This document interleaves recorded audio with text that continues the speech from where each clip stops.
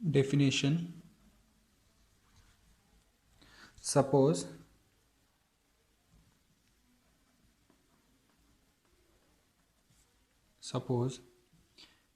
x comma script b comma mu is a measure space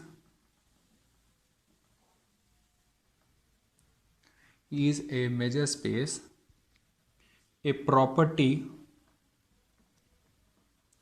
p of elements of x is said to be hold almost everywhere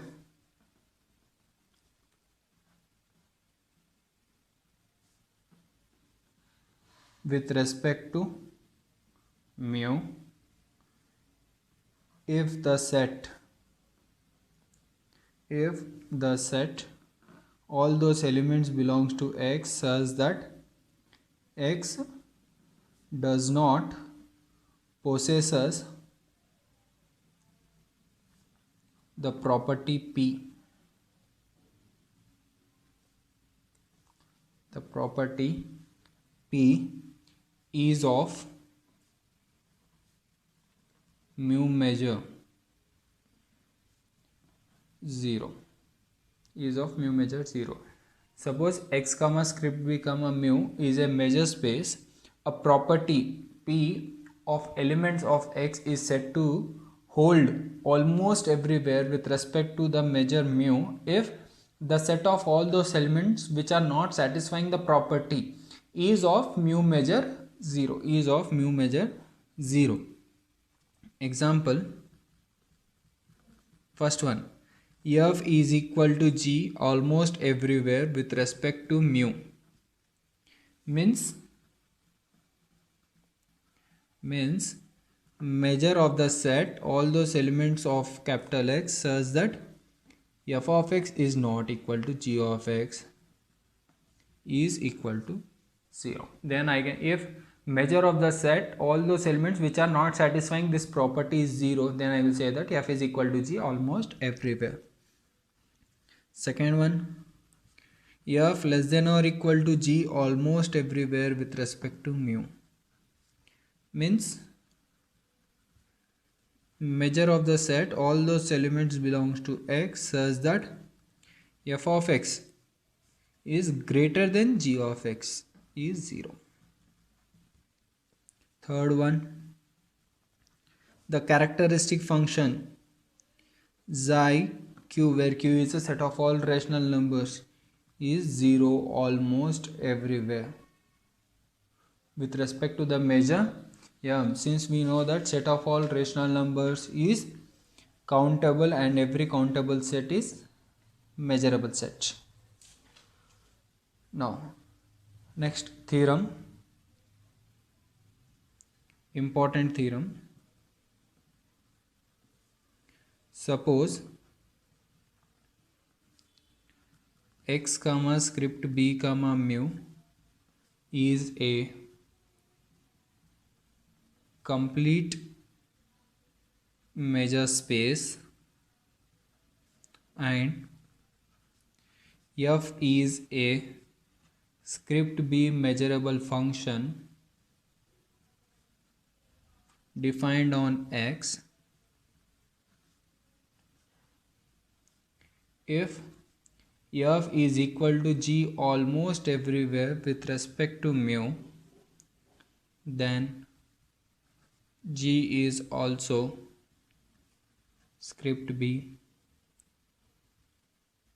measurable function.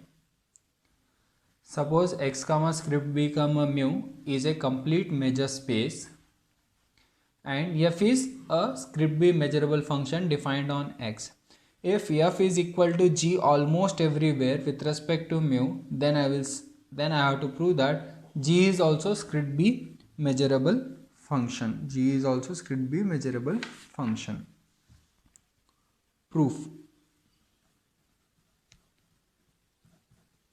Proof. Suppose E is equal to all those elements of x such that f of x is not equal to g of x.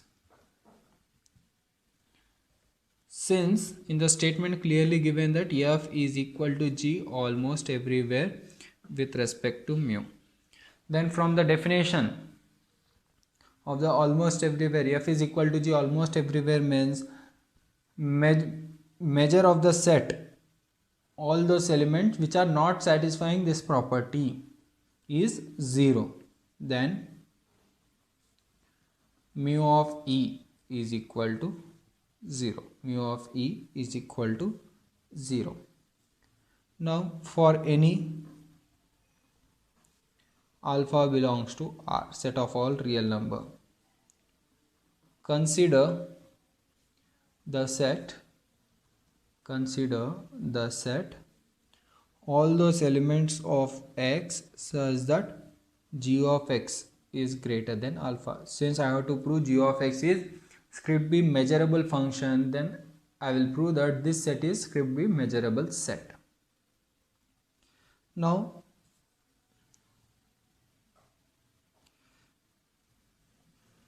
this is the set x. In this set x, this is the set all those elements of x such that f is not equal to g. This is e. Here f is not equal to g. Then in this part, f of x is equal to g of x. Now what is the set means? All those elements of x such that g of x is greater than alpha. In this outside of this e and inside this a x, f is equal to g means we will get all those elements here. So this one I can write as all those elements of x such that f of x is greater than alpha. F of x is greater than alpha union all those elements of e such that g of x is greater than alpha minus all those elements of e such that g of x is less than or equal to alpha. What it means? I am collecting all those elements in this total x whose g of x functional value is greater than alpha.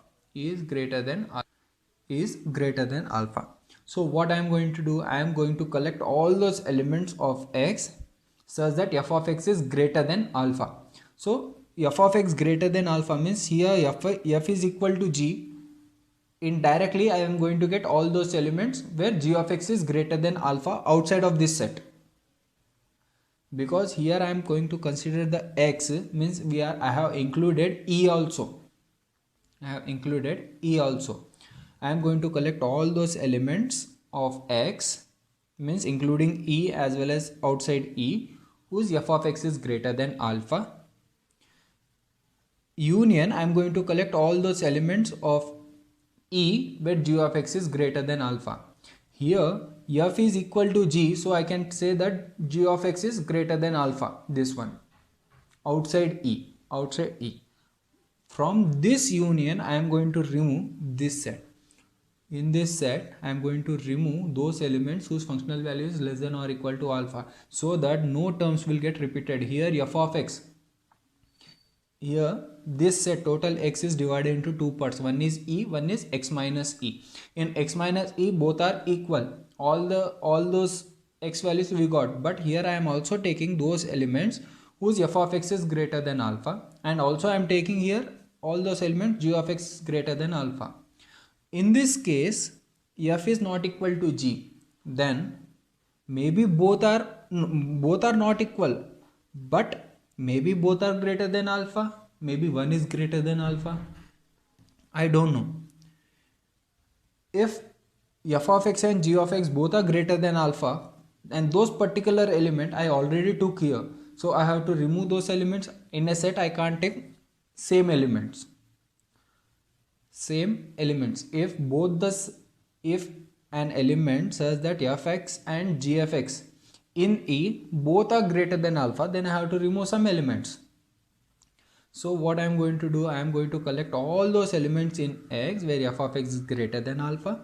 So here f is equal to g. Here we will get only one element. Here we will get only one element. But when it come for E, here f is not equal to g. Maybe few elements are there such that f and g both are greater than alpha. Both are not equal, but both may be greater than alpha.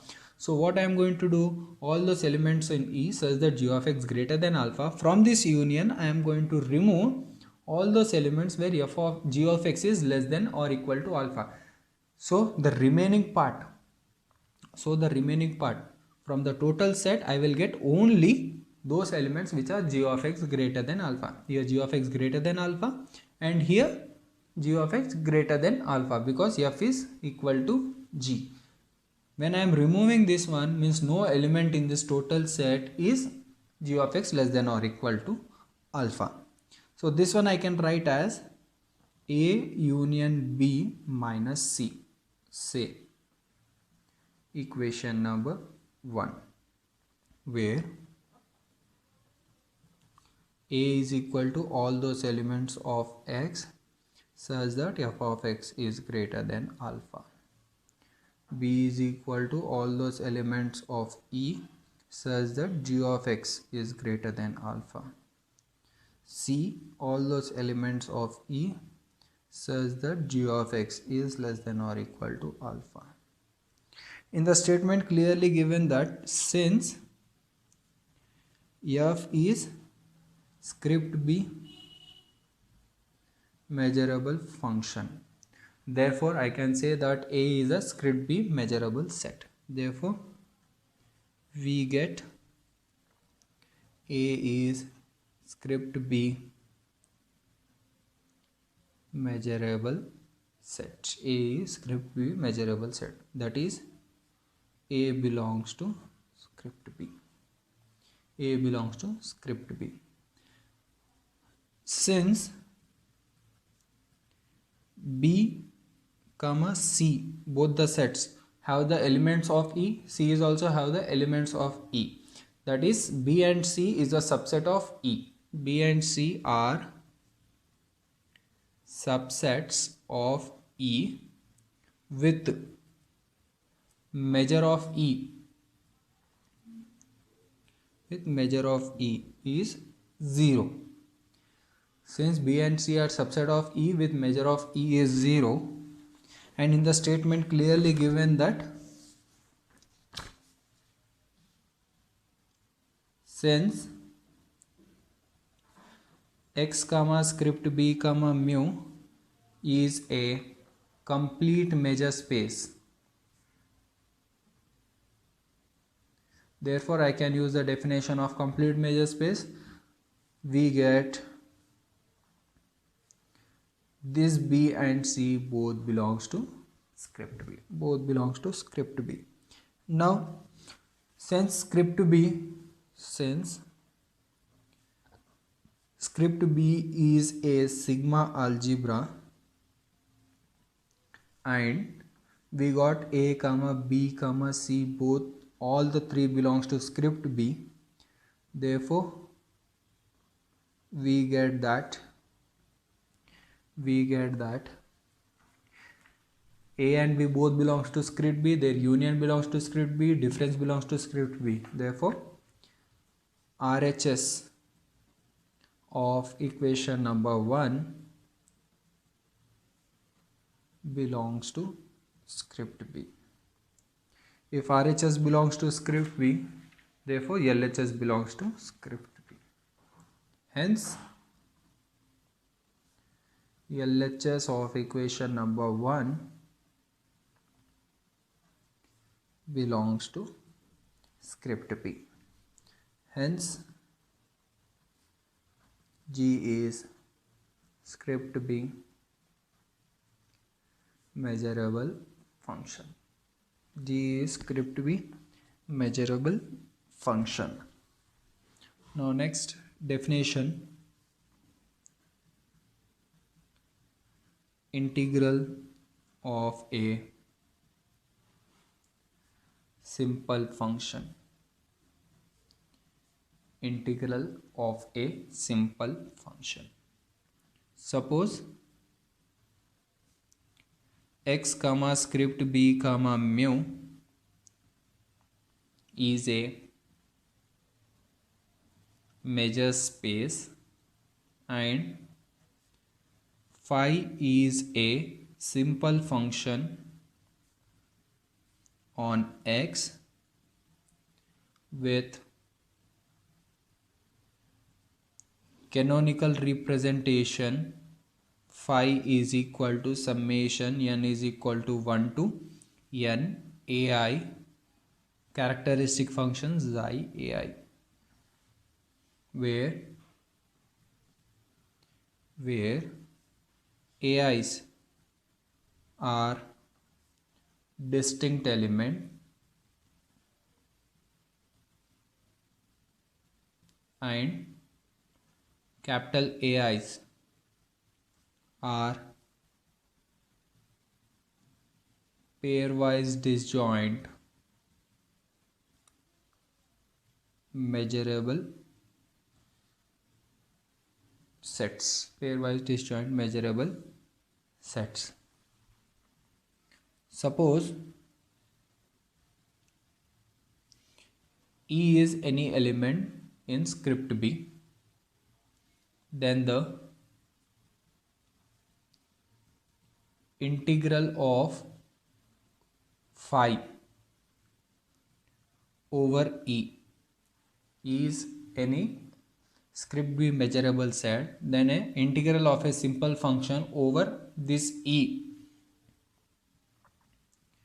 with respect to the measure mu is denoted by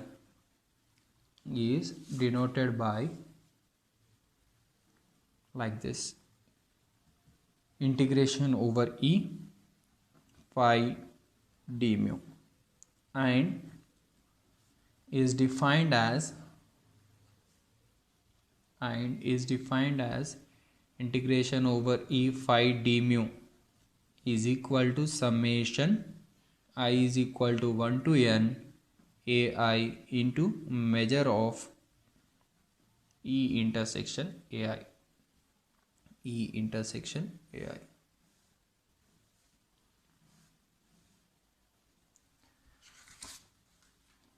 Again repeating the definition.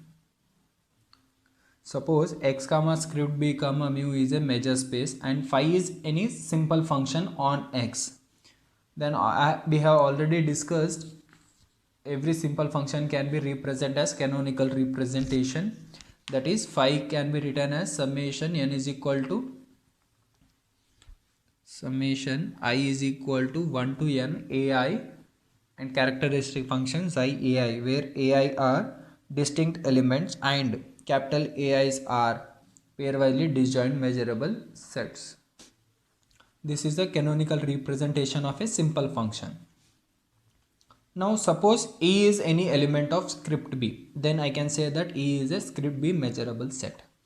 Now the integral of a simple function phi over this set E with respect to the measure E mu is denoted by like this: integration over E phi d mu, and is defined as, just remember, every simple function can be written as its characteristic equation, then its integral of this simple function with respect to mu over E is summation I is equal to 1 to n small ai into measure mu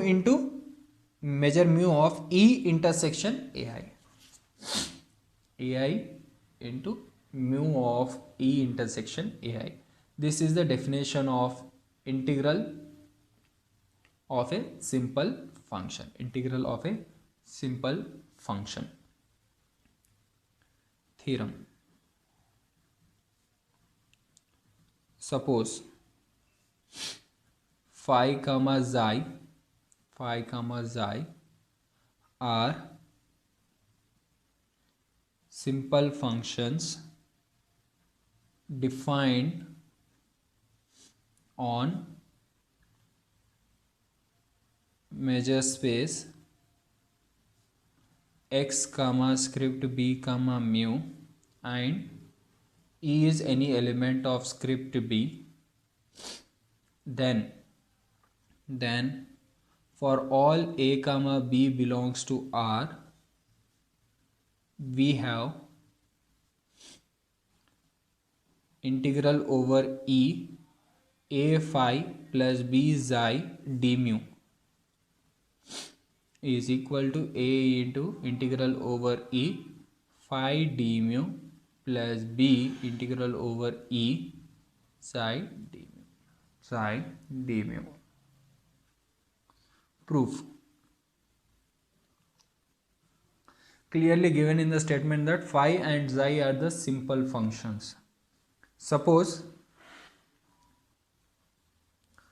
phi is equal to summation I is equal to 1 to n ai psi capital AI and psi is equal to summation j is equal to 1 to m bj psi bj b canonical representation of simple function phi and psi respectively. Clearly given that phi and psi are simple functions, then I can take this one and this one as a canonical representation of phi and psi respectively. Then it is obvious that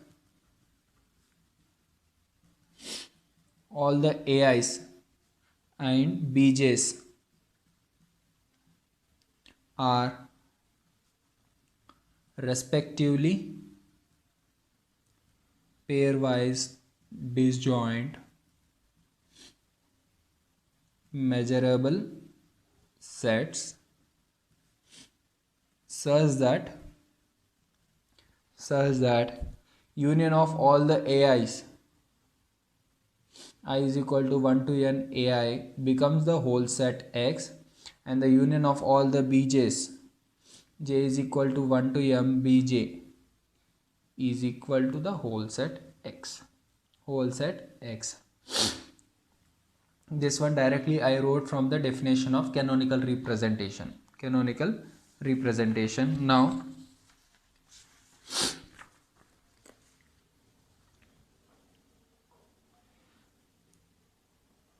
therefore by the definition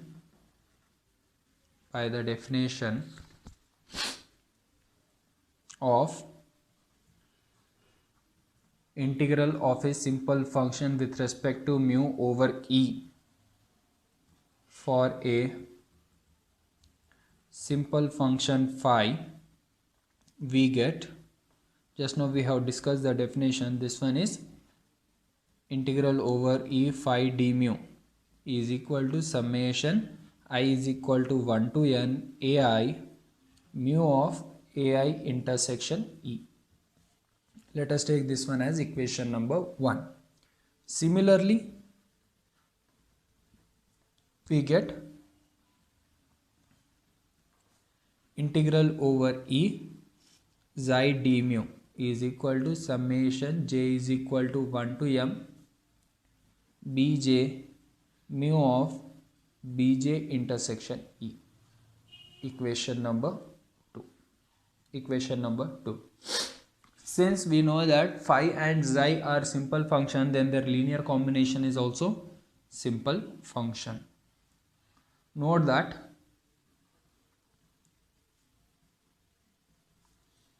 a phi plus b psi is a simple function which takes the value. After the definition of a simple function, I have clearly given a note point. A linear combination is also simple function which can take the values of phi ai plus b bj for all I is equal to 1 2 3 4 so on n for all j is equal to 1, 2, 3, 4, so on m. Also note that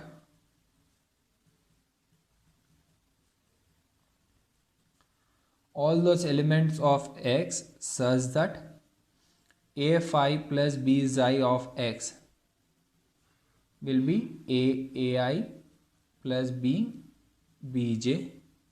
This set can be written as ai intersection bj for all I is equal to 1, 2, 3, 4, so on n, for all j is equal to 1, 2, 3, 4, so on m. Hence, the canonical representation of a phi plus b xi can be written as a phi plus b xi is equal to summation I is equal to 1 to n summation j is equal to 1 to m. Its value ai plus b bj into its characteristic function chi ai intersection bj. ai intersection bj. Now integral of this simple function. Hence we get integral over e a phi plus b xi d mu. From the definition, this one can be written as summation I is equal to 1 to n summation j is equal to 1 to m ai plus b bj mu of ai intersection bj intersection e. From the definition of a integral of a simple function, I wrote this one. Now this one I can write two separate sum, which is equal to summation I is equal to 1 to n summation j is equal to 1 to m ai mu of ai intersection bj intersection e plus